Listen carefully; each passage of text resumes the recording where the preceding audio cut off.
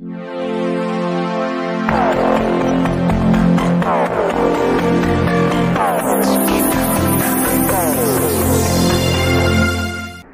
येथे मनसेच्या वतीने 24 ऑक्टोबर रोजी राजू शेट्टी यांच्या उपस्थितीत ऊस परिषद। रेणापूर तालुक्यातील पानगाव येथे पनगेश्वर कारखाना व इतरही कारखान्याकडून शेतकऱ्यांच्या होणाऱ्या सततच्या लुटीविरोधात महाराष्ट्र नवनिर्माण सेनेच्या वतीने 24 ऑक्टोबर रोजी सकाळी ठीक 11 वाजता श्री स्वामी समर्थ मंगल कार्यालय पानगाव या ठिकाणी ऊस परिषदेचे आयोजन करण्यात आले। या ऊस परिषदेस स्वाभिमानी शेतकरी संघटनेचे अध्यक्ष माजी खासदार राजू शेट्टी, मनसे नेते दिलीप बापू धोत्रे, नॅचरल शुगरचे संचालक तथा ऊस तज्ञ शेतकरी पांडुरंगराव आव्हाड यांचे मार्गदर्शन होणार आहे। पनगेश्वर कारखान्याच्या नवीन प्रशासनाने शेतकऱ्यांचे सर्व जुने शेअर्स रद्द झाले असे सांगितले आहे। शेतकऱ्यांचे ऊस बिलाचे पैसे बुडवले आहेत, तोडणी वाहतुकीचेही पैसे बुडवून व कर्मचाऱ्यांच्या पगाराचे पैसे बुडवून आपली फसवणूक केली।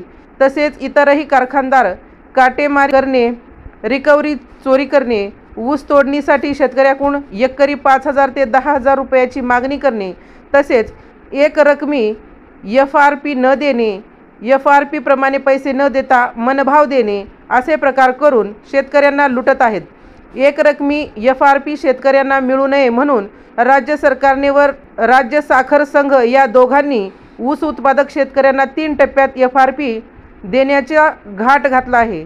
यासाठी कारखानदाराची बाजू घेऊन राज्य सरकार व राज्य साखर संघ यांनी मिळून हायकोर्टात याचिका दाखल केली आहे।